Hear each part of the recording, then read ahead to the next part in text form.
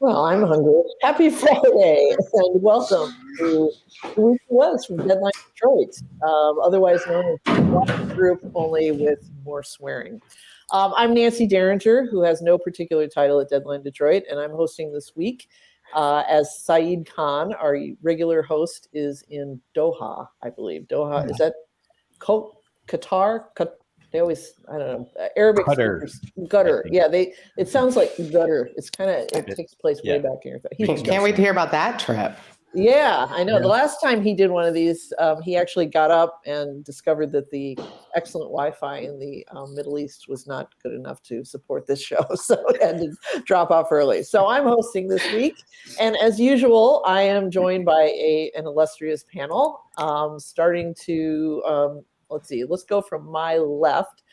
Sandy Plotkin, who is local attorney, who joins us from. Where are you working, Sandy? Are you in the Ford building, or are you at home? I migrated out of the Ford building up Northwestern Avenue by Inkster, Northwestern Highway, rather. Okay. A couple years back.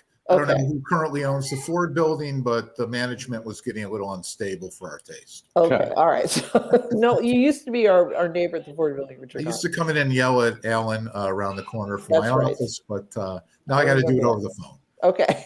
All right. Also joining us is Brian Dickerson, who is the editorial page editor from the Detroit Free Press and one of my favorite local columnists. Welcome, Brian. Thank you, Nancy. Our founder and editor-in-chief, Alan Lengel, and rounding out the team today is Alexis Wiley, former Fox 2 news personality, former chief of staff for Mayor Duggan, and now a PR entrepreneur. So should be a good, and once again, we have a ridiculously newsy week that we have to get through. So why don't we just get right to it? I think probably all of us had our blood pressure raised a little bit this week by watching the confirmation hearings for Judge Ketanji Brown Jackson in Washington before the Senate Judicial Committee. I think some of the racial undertones became overtones. The dog whistle became a klaxon horn. And it was really, to my mind anyway, a fairly shameful display. Who wants to kick it off? Before we get going, can we Yeah. just play this little thing from Tucker Carlson? What they mean when they tell you you're getting a black Supreme Court justice is that you're getting yet another Democratic Party robot with the same rigid and totally predictable views as your average professional class white liberal, but who happens to be tanner than Joe Biden. So identical to everyone else in power, just a different shade. Wow. All right then.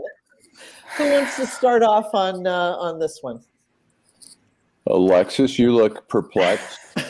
Yeah, no, yeah, it disgusted. Like it's just, it was hard to watch. It was expected, right? And she was just so graceful and just did such a magnificent job. And I am like literally from the day she was nominated, it's weird. It's a weird feeling, but I kind of felt like every issue I had with Joe Biden kind of all like went away. And I was just so happy that he was doing this because it's going to make such a difference. And it's just powerful to watch, right? I mean, what happened, I think I don't expect much out of what happens in Congress, right? Like I think I expect it to be crazy. I expect people to say really awful things and to make themselves look stupid. But to me, the real power was seeing how her daughter looked at her while she watched her mother just so magnificently manage all of the garbage and rise above it. And that to me is like, that's what's going to stick with me. Yeah, it was an impressive display. What is astonishing to me is that the Republican Party really went forward, really embraced this strategy as a smart move at this moment in 2021. It will, Justice Jackson, who I think we can anticipate that she'll have that title in a couple of weeks' time. Sadly, she's not going to have much practical impact on this court or its jurisprudence during my lifetime. And it would have cost the Republican members of the Judiciary Committee so little to, ask a few pointed questions and otherwise be graceful. She simply does not represent a threat to them or the conservative bloc on the Supreme Court or their agenda for the Supreme Court. And I have to think Mitch McConnell says he's going to vote against her confirmation, but I have to think that if he had the capacity to control his caucus, he would have chosen a different strategy than what they exhibited this week. It was really simple. Go ahead, Alan. No, I was just going to say, I mean, it almost made me cry to watch this person who's such a decent human being going up against these sleazy people with no morals, no ethics, who are just trying to showboat and really trying to muddy her when she's just so qualified and so decent a human being. I mean, it was such a sad contrast. And it really, just speaks of what, where this country's at right now. It really says something about the Republican Party. I mean, the what little drop of decency is left is like, there may be none. No, there's no decency left, Alan. There are a bunch of racist jackals that, countenance this crap from each other. And Brian, the question then, and I think you're exactly right, there's no political damage done if she's confirmed. And I just noticed Joe Manchin just made a huge, bold break to support her. I hope he's okay in West Virginia. But, I think it's all about the fall. I don't think they could care less, I think, about this balance on the court, because it has no effect. That's true. It'll remain 6-3 forever. And they want to stir up this racist base for November, and they'll smear her to do it. And it's absolutely disgusting. Well, you see Tucker. Oh, go ahead. I was just going to say, this kind of blows my mind, because I think Sandy's right. I mean, there was absolutely no reason to ask Justice Jackson, or soon to be Justice Jackson, she's still Judge Jackson, about critical race theory in a school, or to ask her about, how about her sentences? Yeah, exactly. I mean, that was strictly to dog klaxon to the base. At the same time, I what do they say about politics is the art of addition? I mean, how is this going to nail down the suburban women's vote, which they lost hugely in 2020? I mean, how is this going to how is this going to bring more people into the crowd when you hear the overwhelming response to this has been of disgust, even among fairly mainstream conservatives? And I just, it's like the way they keep talking about, the really crazy ones who keep talking about the stolen election, keep talking about Detroit. And it's like, Trump got more votes in Detroit in 2020 than he did in 2016. Why aren't you talking about Oakland County? That's where Trump lost Michigan. I mean, he didn't lose it in Detroit. Right. He was never going to get any kind of significant voting block in Detroit. He was always going to, but he lost Michigan. He lost Oakland County. He lost suburban Kent County. And they're just, I don't get what their strategy is here. It doesn't make any sense to me. Lingle? Nancy, I mean, I think one of the big issues here that you're really showing, and you hear my daughter who's like wandering in and out, but the real issue that we've got here to me is that what's happening in Congress has kind of devolved into theater, right? Mm-hmm. It's everybody wants to be the loudest, the most outrageous, get the most likes on Twitter, get the most retweets, and nobody's actually, at least it doesn't look like anybody's thinking strategically, at least the people who are out front, right? I think there are probably a lot of strategists who are like, oh my gosh, this is the most ridiculous thing I've ever seen, and this isn't going to help us.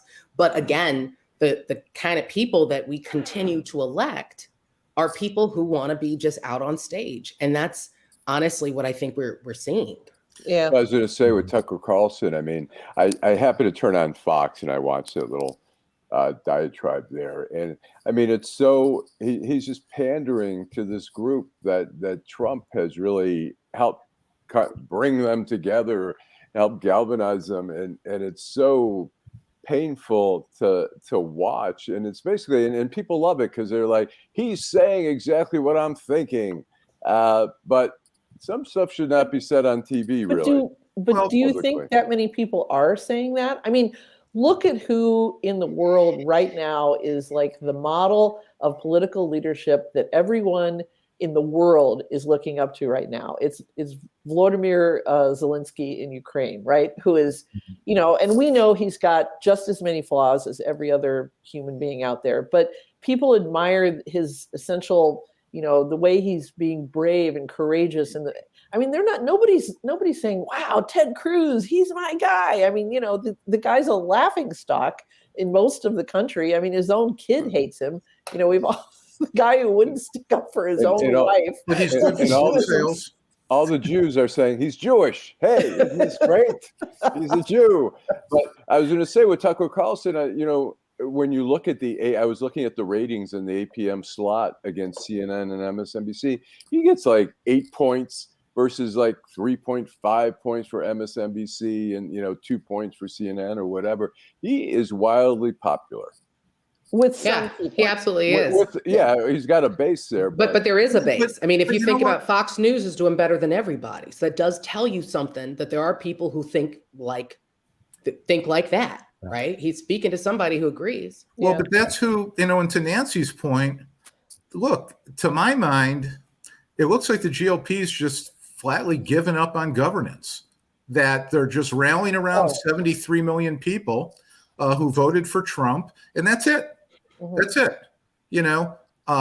Childcare, education, healthcare, military, foreign policy, it's out the window. Who gives a crap? Because they just want to cling to this base. So Mitch McConnell voting against Jackson, of course, I guess that's the GOP platform.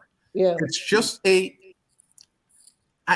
a racist agenda. I don't know what else to call it. And hoping they can suppress enough Democratic votes and goad enough, a big enough turnout on the Republican side to eke out a small victory. I don't know. Isn't the RNC official platform that Trump was robbed of the election? Well, it was the last time. I mean, I saw the first John James spot yesterday, and again, not a word about policy. It was just like, right. I mean, what was the Jon Stewart joke about Rudy Giuliani when he was running for president? A noun, a verb, and 9/11.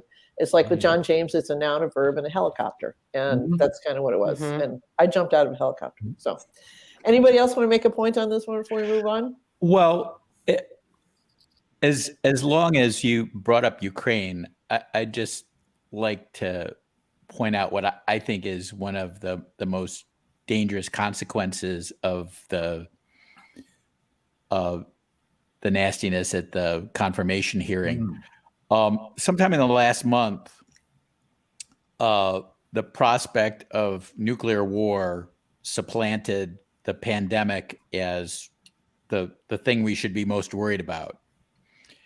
And I really, we'll get to that, I'm sure, today. I really am worried about that. And I can imagine that sometime very soon, it's going to be necessary for this country to become involved and to put skin in the game to a much greater extent than we have so far. And you can't do that without everybody being on board. And these hearings, it seemed to me, were an opportunity to, remind people that, we really do share a lot in common, and it's been completely squandered. Yeah. And I think that's dangerous as we look forward to an international confrontation. Yeah, very important. I think you're right. That is true. All right. Well, as long as we're still in Washington, before we come back to Michigan, I think we have to say a few words about the story that broke late yesterday afternoon, which was the news that Ginny Thomas, Virginia Thomas, the wife of, otherwise known as Mrs. Clarence Thomas, apparently subjected Mark Meadows, then chief of staff to then President Donald Trump, to a barrage of crazy text messages between the election and January 6th, mainly in November, regarding, urging him, just exhorting him to do something, do whatever it took to get the election won for Donald Trump. She was pushing QAnon theories. She was claiming that the Biden crime family was all going to be tried in Guantanamo for this and that. I mean, it was just really crazy shit. And, this woman is sharing a pillow with a Supreme Court justice who then later was a minority of one in objecting to, in Trump's claim that he didn't have to, they didn't have to disclose this to the January 6th committee. So, I mean, if we have a lot of lawyers on this show, and we've talked before about the need for lawyers to recuse themselves when they have an obvious conflict of interest. But there's no rule that says that for the Supreme Court. It's all up to their private honor. And the fact that Clarence Thomas did not recuse himself in that case, and probably never will, and will not be shamed into resigning or being impeached or anything else, is just astonishing to me. It's really alarming. Anyone? Take it away. I don't know if anybody here read the New Yorker piece that went into like real detail about just the history of just the really crazy, not crazy, but just truly political, and him weighing in on similar issues. I feel like it's got to hit a fever pitch at this point. Now you got text messages. I just think there's no way you can really say that he is completely independent. And my question is the same as, Michael Pappas, who just, jumped on here. What can be done to handle this issue? It just seems like there's got to be some way to manage it. Yeah, I was going to say real quick. I think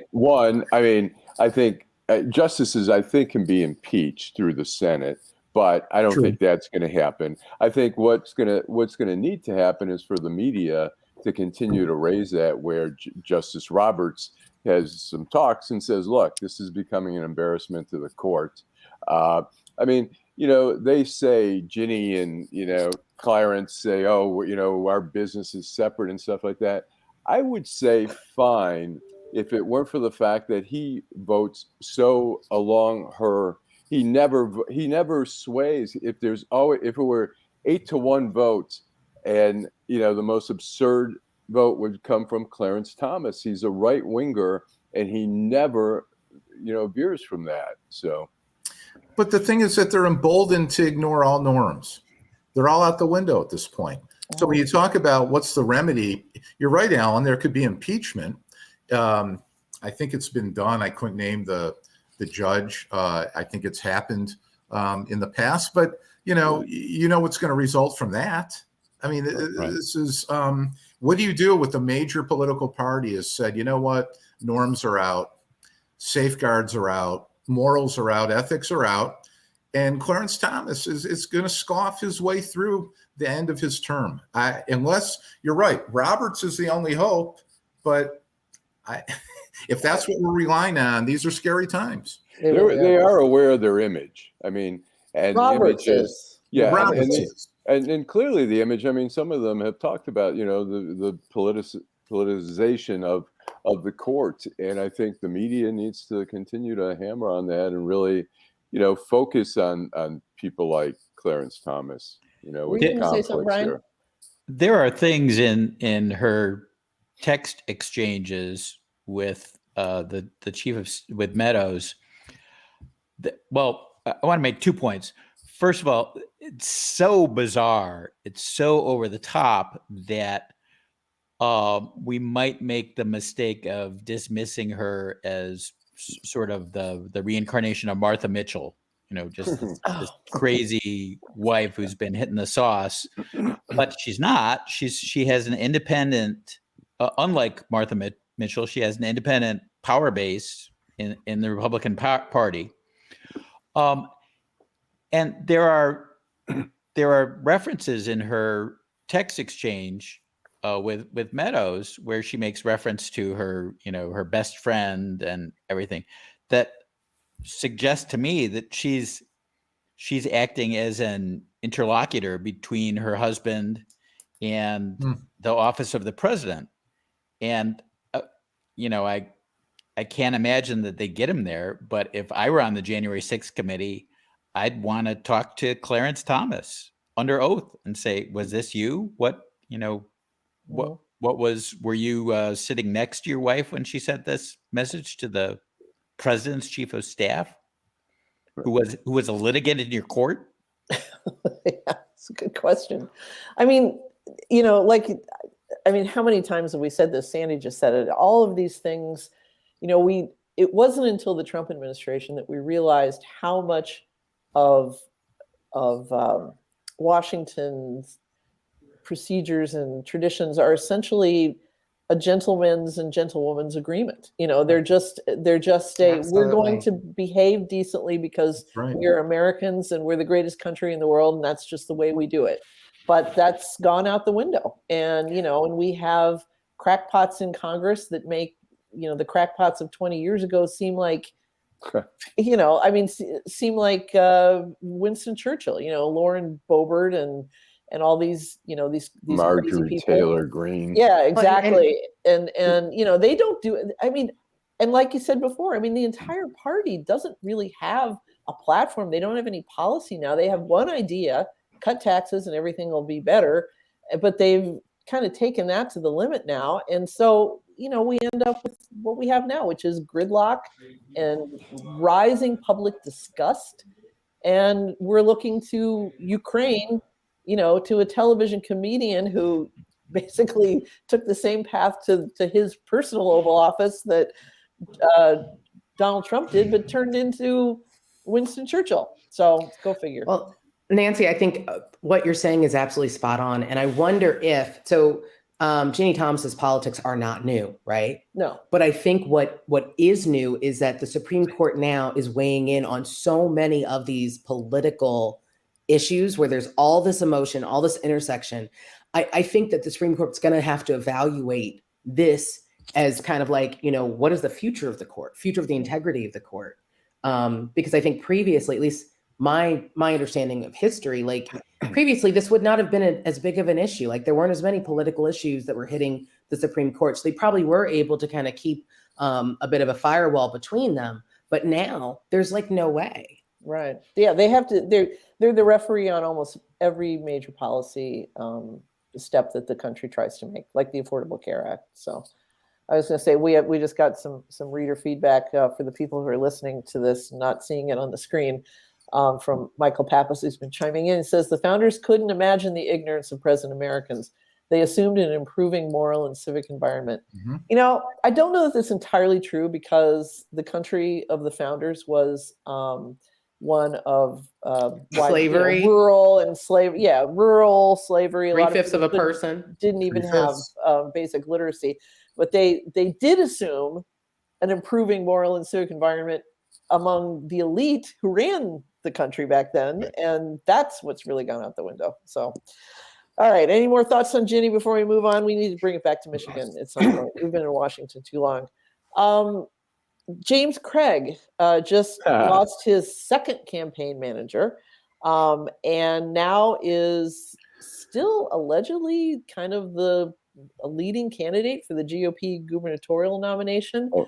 But he's talking to he's given off the chain interviews to Paul Egan in the Free Press, and it sounds as though he wants to let the big dog run. What's going on with the GOP at the state level, at least in terms of this race? I think the GOP is in total chaos.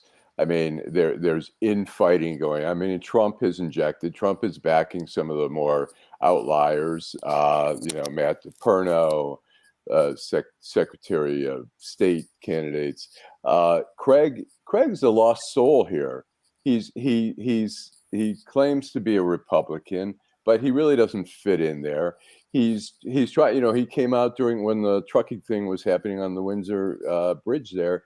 He came out and said, "I support the truckers," which is just, because Rand Paul was saying, "I hope the truckers, shut down the Super Bowl," and that became, the GOP platform. He bought into it, but I'm told that he will not tell Trump that he believes the election was stolen, and so he's out in terms of being endorsed by that. But he's a lost soul right now, and he's used to doing his thing. So he's given, he gave a interview to the Free Press. But he also, went on Fox, and he put out in his campaign literature saying that, comparing himself to President Zelensky, that he, has saved the city of Detroit from riots. There were never going to be any riots, and it wasn't, it was, if anything, they started up. I mean, in the beginning, there was some shameful police actions going on. There was a curfew at like 8 o'clock or 9 o'clock, and then they started shooting indiscriminately, hitting people with rubber bullets, which can actually kill and certainly maim, and spraying. I don't know about that. My old Detroit hat's coming back on. I don't know if they were indiscriminately shooting at people. No. Well, no. I just want to say that. No. There were media people who were out there, and they were shot. They were indiscriminately shooting. I mean, all in all, the Detroit police did a good job, but they didn't, they finally realized that they didn't need to enforce the curfew like that. But that's that was the first few nights. Yeah. I mean, they, things settled down, but there was never I don't think there was ever. I mean, what these suburbanites say, well, I'm voting for James Craig because he stopped Detroit from burning. And it's like nobody was lighting a match. I mean, you don't have to tell people demonstrating in Detroit that it's not a good idea to set your own city on fire. So, all right. Craig, so anybody else on James Craig? Craig is most believable when he protests that he's only a political neophyte. That is self-evident. It's going to be interesting. Donald Trump is coming to Metro Detroit next week from Saturday. He'll be speaking in Chesterfield Township. I'm sure you'll all be there. And it will be interesting to see who wants to be on stage with him. I mean, you have to. Do you think he'll make his endorsement for governor at that rally? Alexis, I have to confess, my sources within the Trump world are pretty limited. I don't know, but you have to, if you're going to, touch that third rail, you have to bet that 6 months from now, Trump will be as popular with the Republican base and no more radioactive with everybody else than he is now, and that's not a bet I'd take. Well, he is. What I'm told is that he may not. I mean, there are definitely a couple of gubernatorial candidates who want his. Sure. All of them who want not necessarily. I'm not sure Chief Craig does anymore. I think I've heard that he may not. He's the one to distance himself. But I've also heard it's because he has been told he's not going to get it. Yeah, maybe. So that's the only reason I would say that. But also the fact is that Trump realizes there's a weak field of candidates who are going to get killed by Whitmer, and Trump hates Whitmer, and he doesn't want to be perceived as a loser. So he may stay out of that endorsement. I 100% think that's where my money is that you're going to see him make some safer bets. You're going to see him choose somebody for AG. You're going to see him choose maybe John James is there. He'll choose people that he thinks are winners because he's going to have to win. So I think that he will eventually put his thumb on the scale for governor, but I think it is still so early. And, you've got Shirky going with Tudor Dickerson. You've got, a pretty crowded field. And now you got like a few, billionaires or multimillionaires, whatever, putting themselves on TV, which is going to like totally shift the wild. Like, I just think that the chances of anyone beating Gretchen Whitmer is a long shot. And I'm going to put that out there. And I think he does not want to lose. He's going to find a place where he can anoint a winner. Okay. What's interesting is that voters, Republican voters, will pick the Republican gubernatorial nominee, and the the precinct captains and the Republican regulars who are far to the right, even of Republican primary voters, will pick the AG and the Secretary of State and everybody else. And it's entirely possible that those people will end up shooting at each other. Absolutely. In the general election. I think they will. I mean, they've already. I mean, Trump's already endorsed Matt DePerno for Attorney General and Christina Caramo for Secretary of State. Mm-hmm. Right. I can't imagine two longer shots for those jobs. I mean, if I were Dana Nessel, the person I would least want to see running opposite me would be Tom Leonard, because he came close to beating her in 2018. But if it ends up being, if they end up going with the Trump endorsements and the Michonne Maddock wing, that's who they're going to end up with. Christina Caramo, who has never held public office, who calls herself a college professor. She teaches one class at Wayne Community College, and I think it's basically the how to go to college class. So it's, she's not teaching history or anything like that. Her master's degree is in Christian apologetics, not public administration. I mean, it's going to be really hard for them to make and those are important offices. I mean, even if they got the governor, even if they were somehow able to get the governor's office, I think they would much rather have the AG and the Secretary of State, particularly the Secretary of State, because she oversees elections. So it's all going to be so can we fire up enough Democrats to show up? And can they, how many Republicans do they fire up, right? How angry are people about the COVID policies? What are they, I mean, that's kind of what it's all going to boil down to. That's always turnout. Well, it's always a challenge for the Democrats to get that turnout. And stirring up that base seems to be a little easier. But at the same time, Alan, I think you're right that Trump's also driving this wedge in Michigan, other places around the country, which is a small benefit to the Democratic Party. And his his endorsements, rather, they can switch from week to week depending on his mood. I think, I don't know, sometimes it's a blessing or a curse. But the best thing they can do for us as Democrats is come for Roe v. Wade. If they do that, that's going to fire people up, and Republicans who are now independents, and that's going to be the end of them. Well, that gets back to Nancy's question about Oakland County or others, who the GOP, you take Roe v. Wade. I can't see many suburban women jumping for joy on that one. No, not at all. But I think Trump, the one thing Trump has attacked the Attorney General candidate, GOP candidate Tom Leonard, the former Speaker of the House, calling him a rhino because Leonard won't give in and say the election was a fraud. So he's going with Matt DePerno, who's not going to win against Dana Nessel.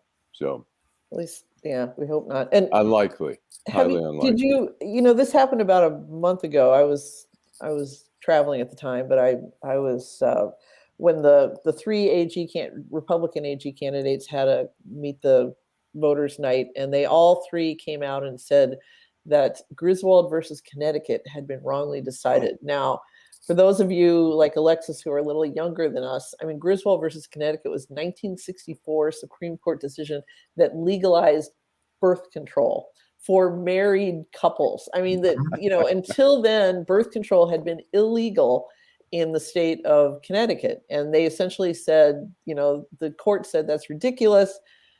This is a privacy issue. And of course, Republicans hate that because that was also seen as a plank in the arguments that supported Roe v. Wade, this idea that you have a measure of privacy in your personal affairs, and especially around your body. But so they've come out against Griswold versus Connecticut, and they all say, "Oh, we don't want to ban birth control. We just think that should have been left to the states." They hate any kind of ruling that comes from the Supreme Court.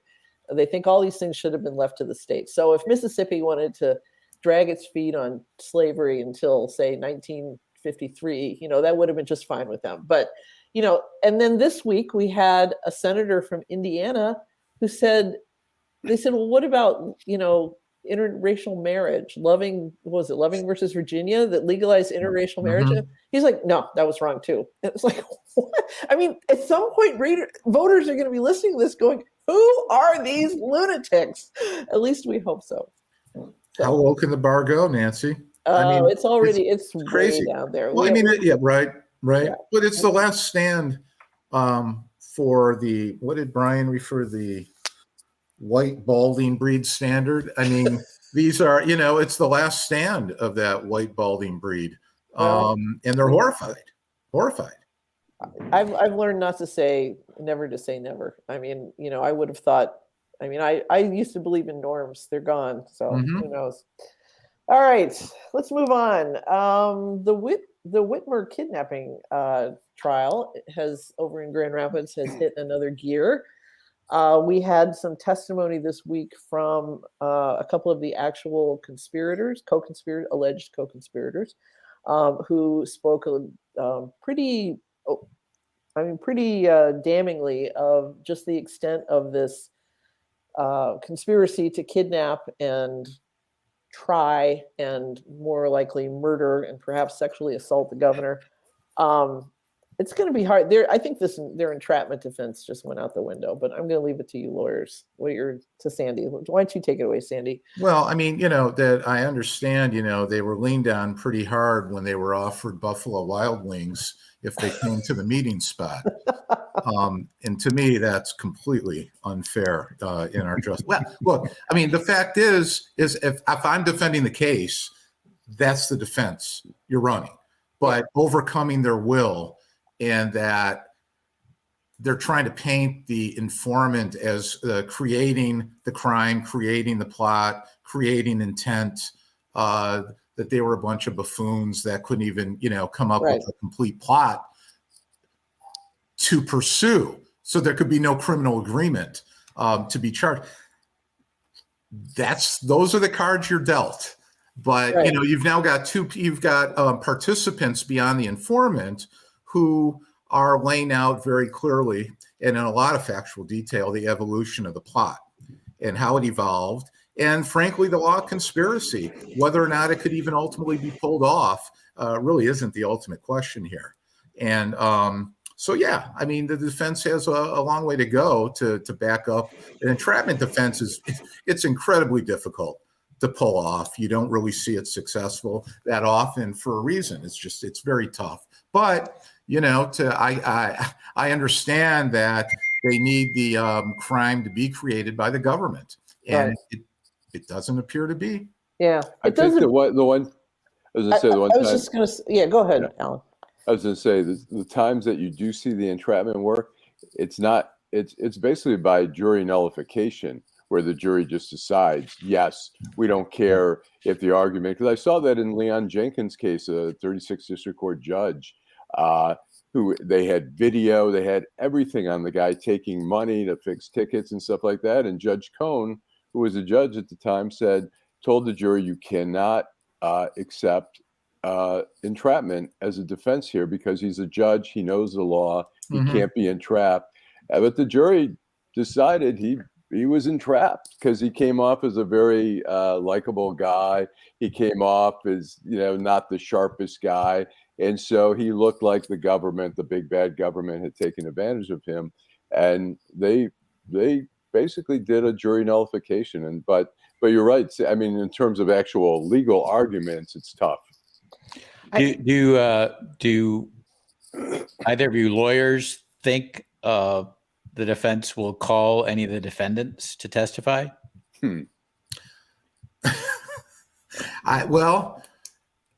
I think that would ultimately be disastrous. I would not. I would just pursue the line of questioning that they're going after the cooperators for obvious reasons, and the time cuts and so on and so forth, and life-saving measures. And in terms of the informant, Brian, you have to try and paint this individual as working in concert with the FBI to create a crime that otherwise never would have happened. Right. But you put the client up under these circumstances. I mean, they could, but it's just, you could be a punching bag. my newspaper keeps publishing this square quartet of the four defendants who are, the sorriest, most pathetic looking men you can imagine. And I just wonder if they wouldn't be so pathetic on the witness stand that they would trigger some sympathetic response, or might encourage the jury to believe these guys really aren't capable of anything as coordinated as a conspiracy. Yeah, I mean, I guess I know I call them the four dreamboats. They, those guys up there. But they, at the same time, though, what I'm really struck by is how, they've said that they called the alleged Adam Fox, who was supposedly the ringleader, they called him Captain Autism because he was, just kind of dim. Although that's not a slam against autistic people. I'm just saying. But he. I'm struck by, they're right. I mean, these guys were out of their heads. I mean, they were rehearsing this at some sort of makeshift plywood mock-up of her vacation house out in the woods somewhere. But at the same time, these guys had serious firepower. They were buying bombs. They were looking into, they bought a taser of some sort, some cattle prod type device that they were going to use to immobilize her if they actually were able to get their hands on her. I mean, it was like they were idiots, but they were idiots playing with some really dangerous. So one thing I think, so here's, and this is kind of a weird opinion. First off, they need to go to jail. They need to go to jail. They need to be under the jail, right? They are bad. Yes. But I do think the questions about the FBI steps are valuable ones. And they're the same kind of questions that were raised like in the 60s and 70s in like the Black Power movement about like, what was the FBI's role in terms of helping take any ideas into and kind of funnel them down to something that became truly substantive and could lead to violence, right? Right. I'm not saying that they need to be held accountable, but I think we also should kind of look at what are their practices when you're in a situation like that and what's considered ethical. There's some agents who are going to lose their jobs before this is over. Yeah. That's a very but there's a very Brian, back to your point about putting someone on the stand, the sympathy that you could garner, say, an entrapment case where defendant sells 10 keys of heroin, claiming under pressure, otherwise not predisposed, never been in the drug game, and had to raise money for his grandmother's heart surgery. You might get some sympathy out of that, as opposed to we're going to kidnap, rape, assault, blow up bridges, et cetera, et cetera, et cetera. And by the way, we hope maybe, we can have maybe start a civil war, a race war in the process. It was our hope and dream here in America. I mean, Donald Trump, the sympathy is what these morons are led to believe this is a right, lawful path by their deranged president. Right. I get that. I could be somewhat sympathetic to having enough space in one's head to get filled with that crap. But at the end of the day, you've got scholars that have been studying civil wars who are now pointing to Michigan as one of 3 states in the USA that might be primed for a race war, for a civil war. I mean, this is dangerous. And Nancy, to your point about an immobilizing taser device, there's a site, budk.com. I shouldn't publicize it, but a legal site. You can go on and buy all these things. You can buy kits to build an AR-15 and for $200 more, an additional kit to make it fully automatic. Yeah. This is a above board site. It's been operating a long time. And I'm told by a client who will not be named that there are people buying and building AR-15 kits that are, obviously unregistered all over the country. Ghost guns. Making fully automatic conversion kits. It's I think I saw a billboard not long ago for like a handheld taser, red, it looks like a gun, but it's a taser. And, and I think one of the lines on the billboard was something like, you can get this even with a felony record, which is they're selling pepper gel guns now. They look like a Glock, but it's not a firearm. It's CO2 powered, pepper gel. It's like guns. airsoft. But I mean, but there are people buying, and building these machine gun kits. Yeah.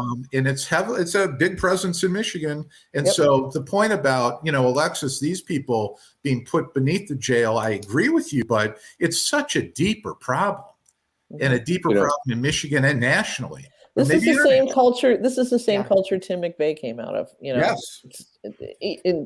Down to the exact state too. So I was going to say real quick, a little bit to what Alexis is talking about in terms of the penetration of, the undercover operations. Mm-hmm. These groups are so desperate to find like-minded people that they're so easily penetrated by the FBI. I saw it. And I've mentioned this before. I was covering a Nazi skinhead rally at the Israeli embassy in DC, and then about a month later, I was at a retirement party at the FBI Washington field office, and there's this guy with the shaved head, and I looked at him and go, "Weren't you the guy doing Zig Heils over at the?" And he goes, "Yeah, that was me." And then they had a Nazi concert in Baltimore that night, and they had undercover FBI guys there. They're not that tight, and apparently, I think even during the rallies in Lansing, they were going up and trying to recruit people. So they're not that discriminate, and which makes them so much easier to penetrate. Yeah. All right. Moving on, before we get to Schmucks, this is something that we have 3 media people and 1 civilian and 1 who kind of, Alexis kind of straddles the line here. But I really want to talk about, just briefly, about Karen McDonald, the Oakland County prosecutor, who has asked the court that Ethan Crumbley's name not be said in open court, during the trials of his parents and presumably of him as well. Her argument is that school shooters look for notoriety. They find it in, endless news stories that mention their name over and over, and she just doesn't want that to happen. Now, I've heard this argument made many times before. It makes no sense to me. I think that the argument for, as a writer, I strive for clarity. I want to make sure everybody understands what I'm talking about. And, simply using a person's name when they're on trial just seems as though that's not even journalism 101. That's journalism kindergarten. But Sandy, Alexis, do you guys have thoughts about this at all? Do you think this is a good idea, or is Karen McDonald showboating for, the people of Oakland County? You think? Yeah. Wow. I never occurred to me. I'll tell you what, though. In paragraph 2 of her motion, she refers explicitly to the full names of the victims in the case. She has no problem with referring to the defendant as it. And, I think it's a cynical political ploy. She's taken the case herself. She wants the notoriety herself. She wants to take it from Ethan Crumbley. He's a very, very, very disturbed 15-year-old kid. And to say we can't say that, everyone knows the name. Right. Why didn't she file her motion under seal, for God's sake, if she's that concerned? Well, I don't know. And I can't say it. Well, for one, I think that for the prosecutor, what she is trying to do, and keep in mind, she didn't file this in Ethan Crumbley's case. She filed it in the parents' case, right? Yeah. And that again is, of course, they have to mention his name in his case, right? But in the courtroom, if you look at what this young man said was, "I want to be famous." Right. He requested his hate mail and his fan mail. That's why he did this. Right. And one of the reasons behind this, there's an organization that focuses on no notoriety, and it was founded by a man whose son was murdered in the Aurora shootings. Okay. And really what his research and really shows is that these shooters want notoriety. They feel no one knows them. They want to be known, right? And it's that belief that they will become a legend that often fuels them, right? Crumbley surrendered.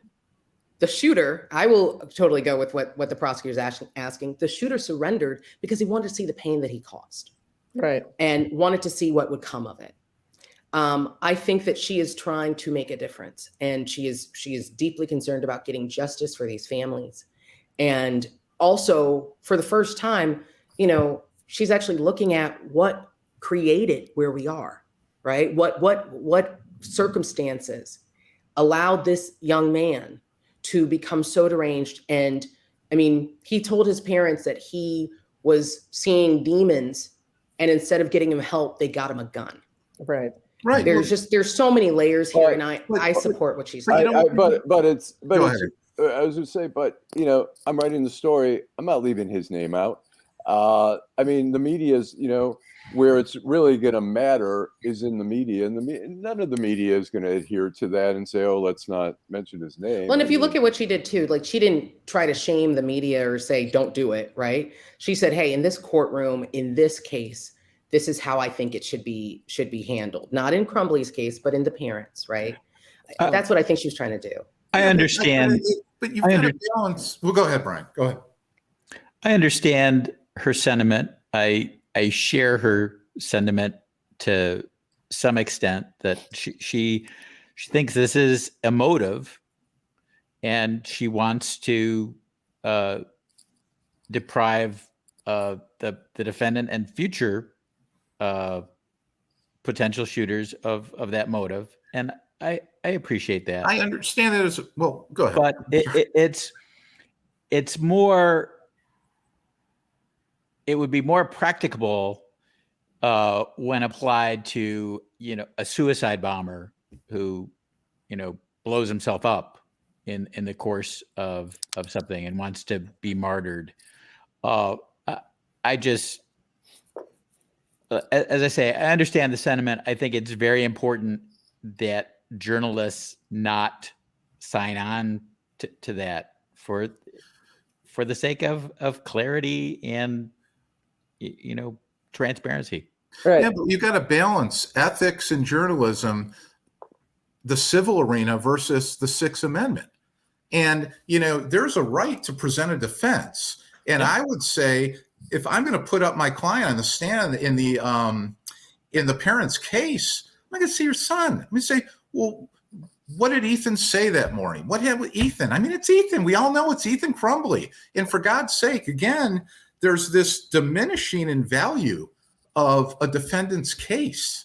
And I mean, just going back to Jackson's confirmation hearings where they attack her for being a public defender, for God's sake. Right. I mean, it's disgusting. Now, I'm not saying that Carol McDonald's act is disgusting. I think that she's playing her gamesmanship as a prosecutor, trying to gain tactical advantage, trying to get it out, ironically, into the community before the trial. And I also think that that it's infringing, though, on the defendant's right to present a defense. And by the way, isn't it going to be a little odd for 12 people to say, what about Ethan? No one's talking about Ethan.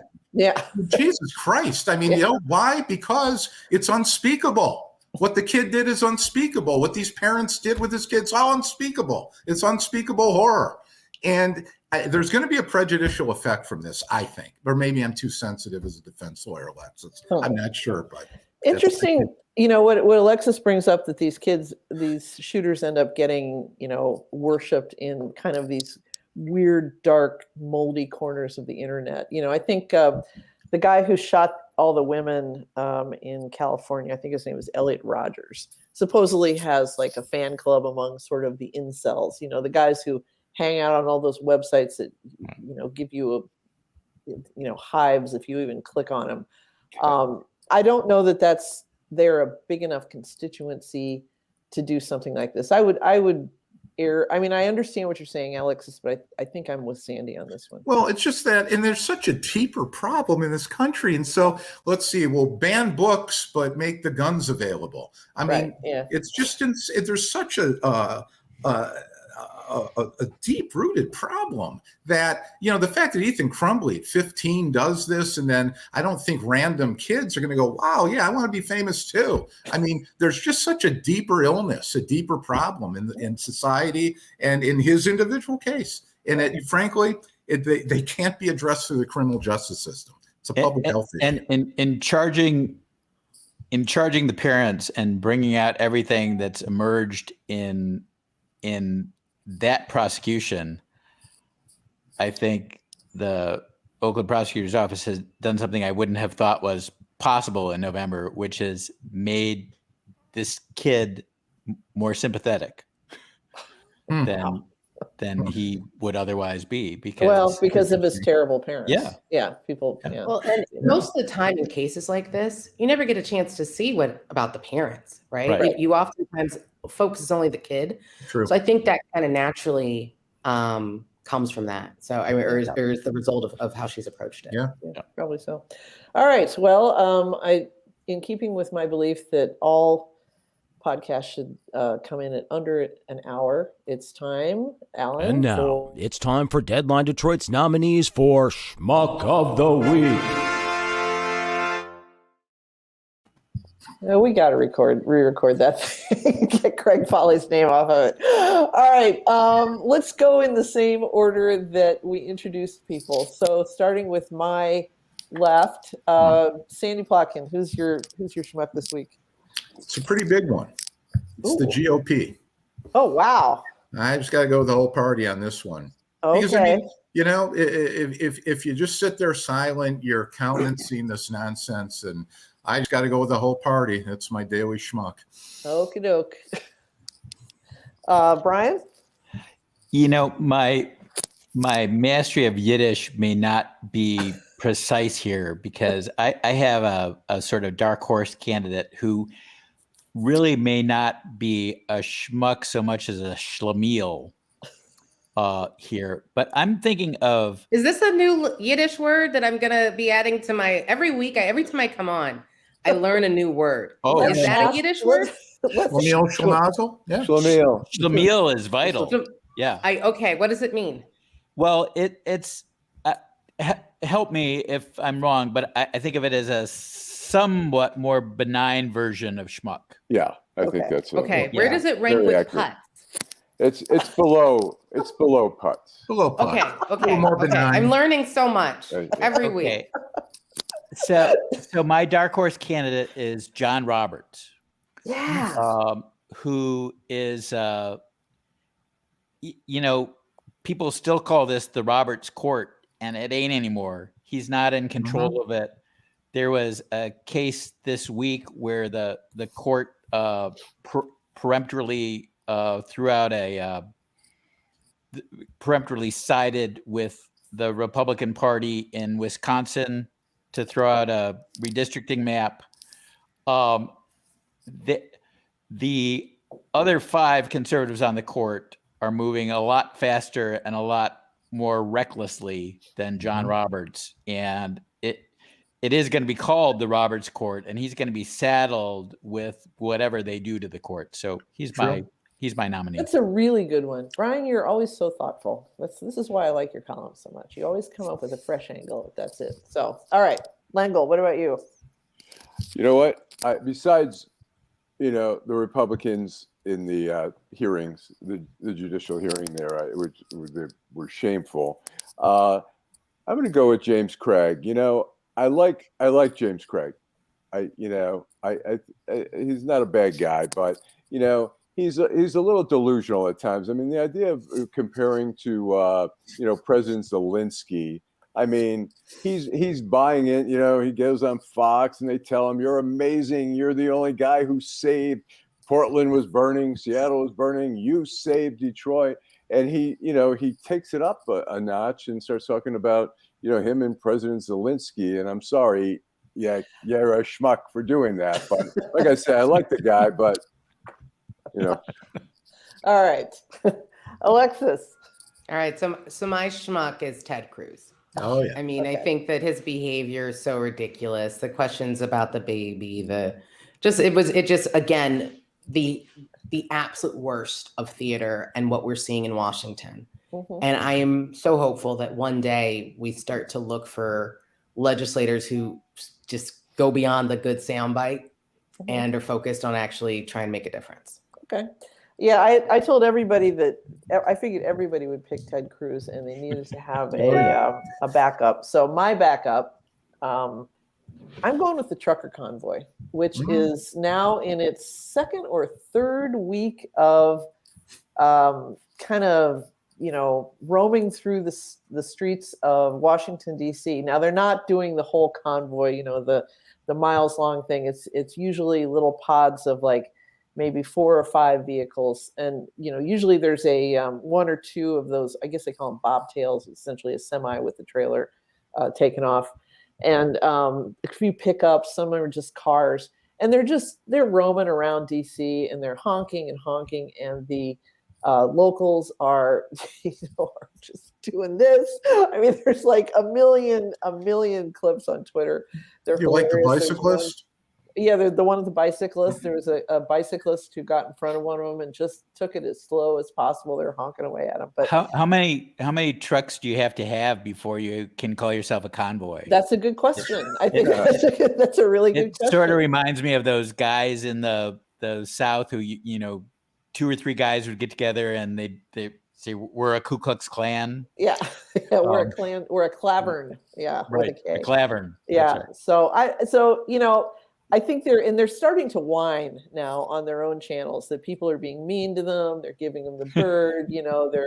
They're not sympathetic, and it's like when you come into somebody's city with the express desire of like screwing shit up, especially traffic, which drives everybody crazy.